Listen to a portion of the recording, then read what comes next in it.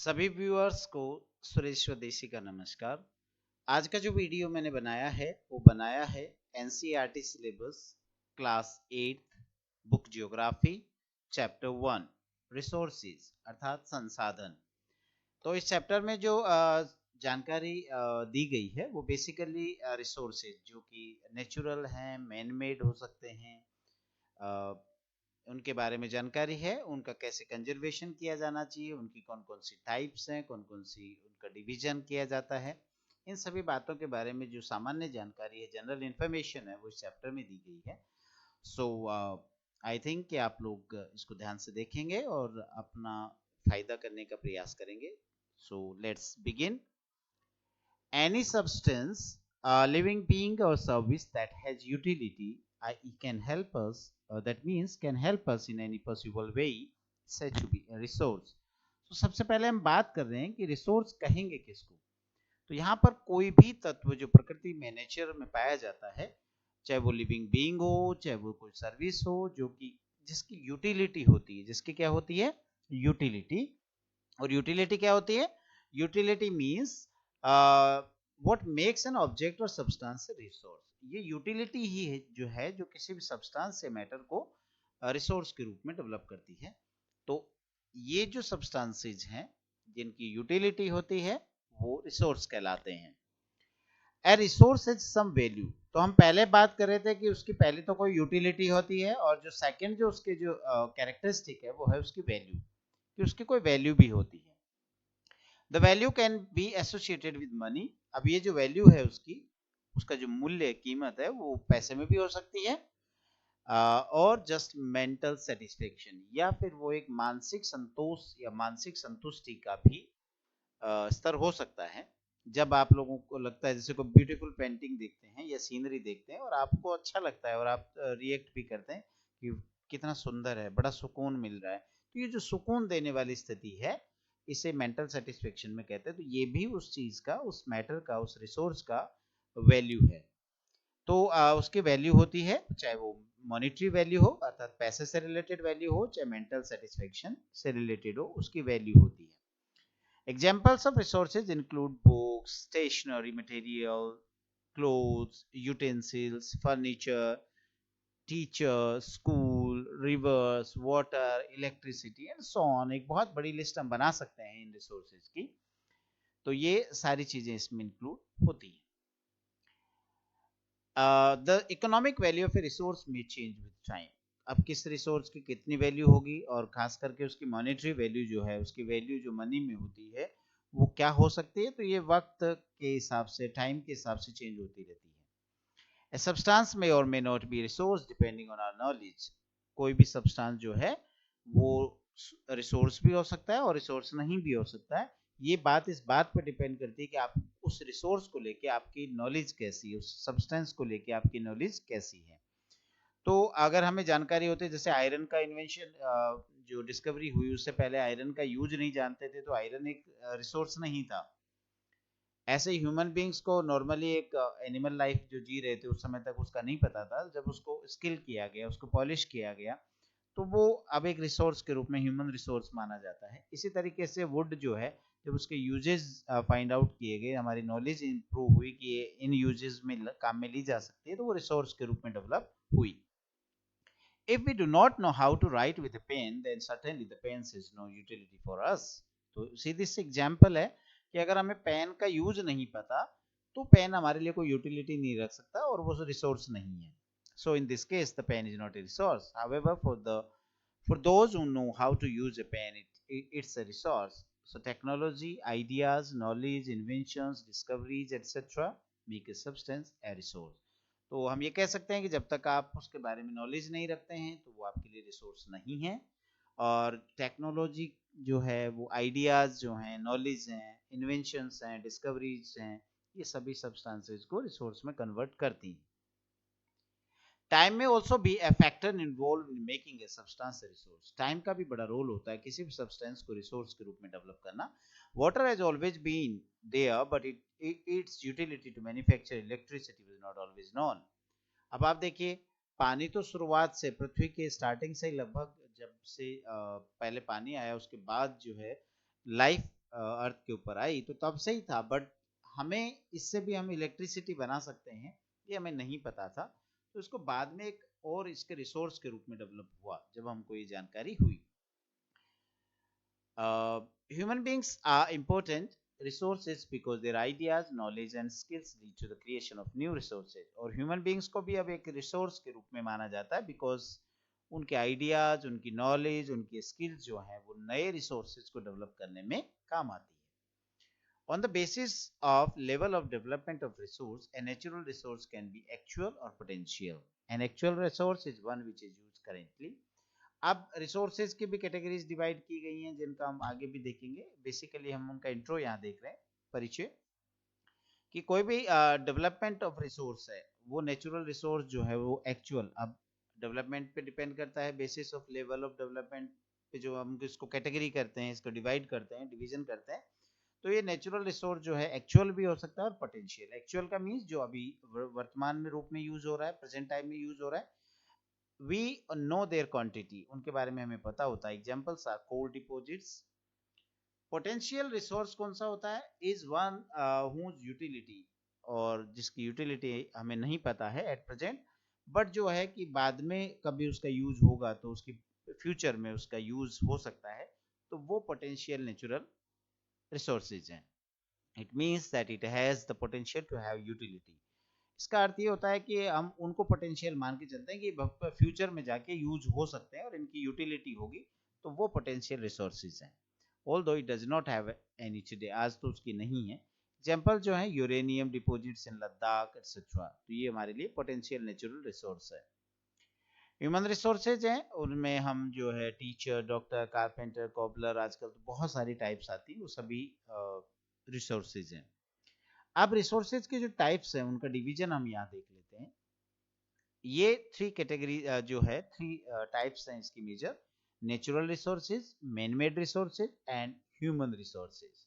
तो यहाँ पर देखिए, इनको हम अर्थ पे पाए जाने वाला, आप इस डायग्राम से भी समझ सकते हैं, बहुत सारे हैं। एनिमल रिसोर्सेज हैं, wind energy, oil resources, soil resources, coal resources, forest resources, water resources, solar energy, बहुत सारे सेक्टर्स जो हैं रिसोर्सेज के वो बन गए हैं। अब हम सबसे पहले बात करें नेचुरल रिसोर्सेज की। नेचुरल रिसोर्सेज में ऑल्सो भी classified as renewable and non renewable. इनको भी आजकल दो कैटेगरीज में डिवाइड किया जाता है, एक नवीनीकरणीय और एक अनवीनीकरणीय, renewable and non renewable. A renewable resource can be used without any risk of its ending up. Renewable resource कौन सा है? जो कभी एंड ही नहीं होगा, जिसका कोई अंत नहीं है और उसका हम अनलिमिटेड यूज भी करें तो कोई टेंशन वाली बात नहीं होती, तो वो रिन्यूएबल रिसोर्स है। They exist in unlimited quantity, for example solar energy, wind energy, ये जो है सारे के सारे अनलिमिटेड रिसोर्सेज हैं, तो इनको रिन्यूएबल रिसोर्स कहा जाता है। हम इनको यूज करें, खत्म होने पे वापस रिन्यू हो जाते हैं, इसलिए renewable. On the other hand, use of non-renewable resources need to be controlled, since once they end up they cannot be renewed. Examples coal, petroleum etc. Second जो इसका टाइप है नॉन रिन्यूएबल, और जो category है non renewable वाली, उसको हमें उसके जो स्टॉक्स हैं, उसके जो स्टोर्स हैं वो लिमिटेड है, वो अवेलेबिलिटी उनकी लिमिटेड है, तो हमें उन्हें बहुत सोच समझ करके यूज करना होता है, क्योंकि वो एक बार एंड होने के बाद दोबारा उनका यूज कर पाना पॉसिबल ही नहीं होगा, क्योंकि अवेलेबल ही नहीं होंगे, तो वो रिन्यू भी नहीं हो सकते बहुत इजीली, उनको रिन्यू होने में लाखों वर्ष का टाइम लगता है।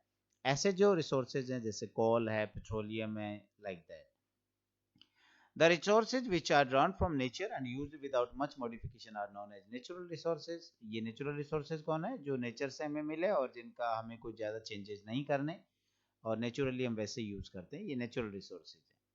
अब जो सेकंड टाइप है वो है ह्यूमन मेड रिसोर्सेज। इंसान ने कौन कौन से रिसोर्सेज डेवलप किए, वो रिसोर्सेज की बात हम कर रहे हैं। When the original form of natural resources is changed by human beings to make it more useful, then it is called man-made resources or human-made resources. बहुत सारे रिसोर्सेज हैं जो नेचर से हमें मिले, बट उसको जो ह्यूमन बींग्स हैं वो चेंज कर लेते हैं और ज़्यादा यूजफुल बना लेते हैं, तो वो मैन मेड रिसोर्सेज हैं। Human made resources have not been provided to us by the nature, ये हमें नेचर ने नहीं दिया है। Human beings have change use their intelligence to manufacture them for the on use. ये इसमें इंसान का रोल है, इंसान ने उसको अपने तरीके से अपने इंटेलिजेंस को यूज करते हुए, अपनी बुद्धि का प्रयोग करते हुए उसको अपने प्रयोग के लिए मॉडिफाई किया है। जैसे vehicles, buildings, roads, telephone etcetera, ये नेचर ने नहीं दिए बट ये ह्यूमंस ने डेवलप किए, इसलिए ये ह्यूमन मेड रिसोर्सेज है। थर्ड जो कैटेगरी है उसमें ह्यूमन बींग्स को ही रिसोर्स के रूप में माना गया है, तो human resources, people are human resources, education and health help to make people a valuable resource, और ये आजकल इस पे काफी ध्यान दिया जा रहा है। एक डायग्राम की हेल्प से हम इन रिसोर्सेज को देख लें। एक्चुअल यूज के आधार पे हम बात कर रहे हैं, तो वो पोटेंशियल हो सकते हैं, एक्चुअल हो सकते हैं, जिसकी हम बात कर चुके हैं। रिन्यूएबिलिटी और अवेलेबिलिटी के आधार पे करें तो रिन्यूएबल है जिनको हम रिन्यू कर सकते हैं, और नॉन रिन्यूएबल जिनको हम रिन्यू नहीं कर सकते। सोर्स के आधार पे ये नेचुरल हो सकते हैं, ये ह्यूमंस मेड हो सकते हैं। ओरिजिन के आधार पे, उत्पत्ति के आधार पे हम इनका डिवीजन करें तो ये बायोटिक हो सकते हैं, अर्थात लिविंग हो सकते हैं, और अबायोटिक जिनमें लाइफ नहीं होती वो हो सकते हैं। On the basis of origin A resource can B abiotic और बायोटिक। ओरिजिन, उत्पत्ति के आधार पे ये अबायोटिक हो सकता है या बायोटिक हो सकता है। Abiotic resource is one that is life. Biotic resource जो है वो उस रिसोर्स को कहा जाता है जिसमें लाइफ होती है, जैसे plants, animals etcetera. Abiotic resource is non living. Abiotic resource वो है जिसमें लाइफ नहीं होती, like soil, rocks, furniture, books etcetera. On the basis of distribution, अगर हम वितरण के आधार पर, डिस्ट्रीब्यूशन के आधार पर देखें तो रिसोर्स कैन बी यूबिक्विटस और localised, and ubiquitous resource is found everywhere like air. ये वो रिसोर्स हैं जो हर जगह पाए जाते हैं, उन्हें यूबिक्विटस कहा जाता है। और लोकलाइज्ड जो हैं जो किसी पर्टिकुलर एरिया में पाए जाते हैं, certain parts of the world only, like coal etcetera, वो कुछ एरियाज में ही मिलते हैं, हर जगह नहीं मिलते। On the basis of development, जो रिसोर्सेज का डेवलपमेंट है उस बेसिस पे इनको एक्चुअल रिसोर्सेज और पोटेंशियल रिसोर्सेज कहा जा सकता है। On the basis of their stock, उनका कितना अवेलेबिलिटी है, उस आधार पे उनको renewable and non renewable resources में डिवाइड किया जाता है।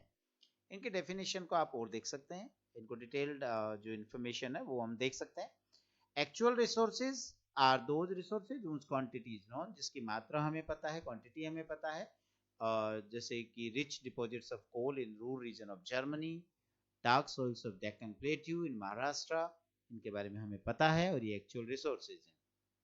Potential resources, those resources whose entire quantity may not be known and which are not being used at present time are known as potential resources।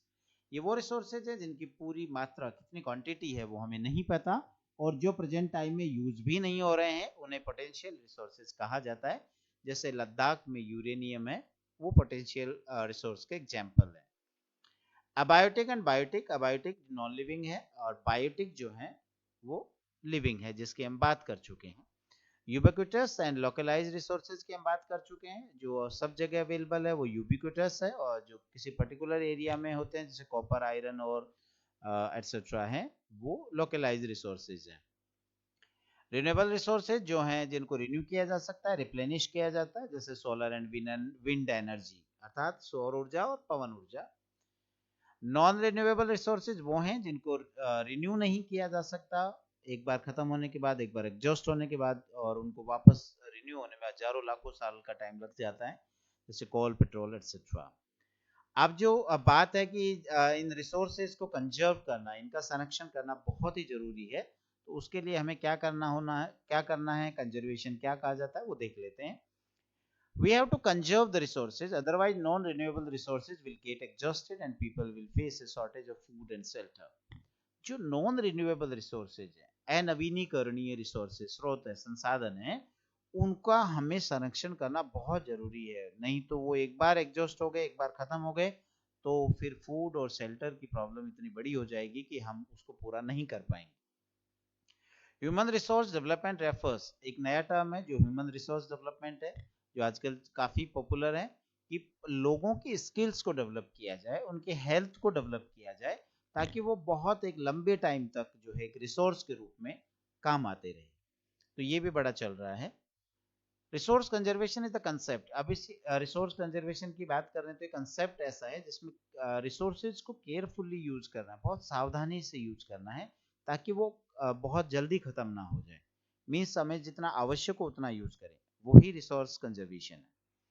The future generations also need the resources, but if we keep using them at a fast pace or speed, they may end up thus posing problems for the future. अब बात ये आती है कि क्या जो resources हैं उनको जो आज की तारीख में जितने लोग इस पृथ्वी पर उन्हें ही यूज करना है, या उनको आने वाली जनरेशन, जो फ्यूचर जनरेशन आने वाली पीढ़ियां जो हैं उनके लिए भी छोड़ना है। तो ये बड़ी महत्वपूर्ण बात है कि इन रिसोर्सेज जो नेचर ने हमको दी हैं उन पे केवल हमारा अधिकार नहीं है, वो फ्यूचर जनरेशंस के लिए भी रहने चाहिए। तो हमें उनका यूज सोच समझ के करना है और यही रिसोर्स कंजर्वेशन है। We should use resources in such a balanced way that we satisfy our needs as well as conserve them for the future. This concept is called sustainable development. Sustainable development, जो आजकल बहुत ज्यादा इस बात पे जोर दिया जा रहा है क्योंकि अब तक जो इंसान ने, हम लोगों ने रिसोर्सेज को अनविटिली, गैर बुद्धिमत्तापूर्ण तरीके से यूज किया है और इसका नतीजा ये हुआ है कि बहुत सारे जो रिसोर्सेज है वो लगभग खत्म होने की कगार पे आ चुके हैं। इसको ध्यान में रखते हुए भविष्य की जो पीढ़ियां हैं, भावी जो पीढ़ियां हैं, फ्यूचर जनरेशंस है, तो उनके लिए भी इनका कंजर्व करना बहुत जरूरी हो गया है। और ये जो कंसेप्ट है इसे ही सस्टेनेबल डेवलपमेंट कहते हैं। अर्थात विकास या डेवलपमेंट हम इस तरीके से करें कि हम आज की आवश्यकताओं को तो पूरा कर ही लें, बट उनको फ्यूचर के लिए भी संरक्षित रख सकें। यही बात सस्टेनेबल डेवलपमेंट के कंसेप्ट में इंक्लूड की जाती है। तो ये बात बहुत ही महत्वपूर्ण हो गई। We can contribute to sustainable development by switching off lights when not needed, by recycling things and using them again, and in many more ways. अब सस्टेनेबल डेवलपमेंट में एक इंडिविजुअल पर्सन का क्या रोल हो सकता है? ये रोल बहुत सारे तरीके हैं जिसमें हम सभी मिलकर के इसमें योगदान कर सकते हैं। जैसे जब लाइट्स काम नहीं आ रही है तो हम लाइट्स को ऑफ कर दें, जब पानी काम नहीं आ रहा हो तो उसको वेस्ट ना करें, या उसका अच्छे तरीके से यूज करें, जितना आवश्यक हो उतना ही यूज करें। जो बहुत सारे ऐसे आइटम्स हैं जो रिन्यूएबल, नॉन रिन्यूएबल हैं, उनको हम रिसाइकलिंग करें और रिसाइकलिंग करके उनको वापस यूज करें, रीयूज करें, and in many more ways. और बहुत सारे तरीके हैं जिनसे हम इनको बचा सकते हैं। सस्टेनेबल डेवलपमेंट के कुछ जो तरीके हैं, कुछ प्रिंसिपल्स हैं, उसके कुछ सिद्धांत हैं, जो कौन कौन से हैं? Respect and care for all forms of life. जितने भी फॉर्म्स ऑफ लाइफ इस अर्थ पर हैं उनके सबको हमको रिस्पेक्ट करना चाहिए, उनकी केयर करनी चाहिए। Improve the quality of human life. हम मानवीय जीवन की जो गुणवत्ता है, क्वालिटी है, उसको इम्प्रूव करें। Conserve the earth's vitality and diversity. जो अर्थ की वाइटलिटी, सजीवता है, उसकी जो डाइवर्सिटी, विविधता है, उसको हम संरक्षित करें, कंजर्व करें। Minimise the depletion of natural resources. जो नेचुरल रिसोर्सेज है उनका यूज या उनका प्रयोग जो है उसको मिनिमाइज करें, जितना आवश्यक हो उतना ही करें। Change personal attitude and practices towards the environment. और जो नेचुरल एनवायरनमेंट है, ह्यूमन एनवायरनमेंट है, उसके प्रति हमारा जो पर्सनल एटीट्यूड है और जो प्रैक्टिसेस हम यूज कर रहे हैं उनका भी हमें ढंग से प्रयोग करना चाहिए। And enable communities to care for their own environment. और जो कम्युनिटीज है, डिफरेंट टाइप ऑफ कम्युनिटीज है अलग अलग एरियाज में, वो अपने एनवायरनमेंट को अपने तरीके से केयर करे, उसको प्रोटेक्ट करे, उसको कंजर्व करें, इस बात के लिए उनको सक्षम बनाना चाहिए। तो ये कुछ प्रिंसिपल्स थे सस्टेनेबल डेवलपमेंट। और सस्टेनेबल डेवलपमेंट आज के टाइम की, जैसा हम बात कर चुके हैं, सबसे महत्वपूर्ण मुद्दा है कि हम नेचुरल रिसोर्सेज को जो है, अर्थ समिट में भी इस बात पे बहुत जोर दिया गया है कि हम नेचुरल रिसोर्सेज का यूज बहुत ही बैलेंस्ड वे में करें, संतुलित तरीके से करें और आने वाली पीढ़ियों के लिए भी इनको बचा करके रखें। सो ये चैप्टर था आपका class 8 book geography, chapter 1 resources. तो आपने देखा और इसकी जो महत्वपूर्ण बातें थी, इंपॉर्टेंट फैक्ट्स थे, वो मैंने आप तक पहुंचाने का कोशिश की है। तो आई होप कि आपको समझ में आया होगा और आपके सजेशंस हमेशा इनवाइटेड हैं। Keep watching the videos at Bodhilata. Thank you very much.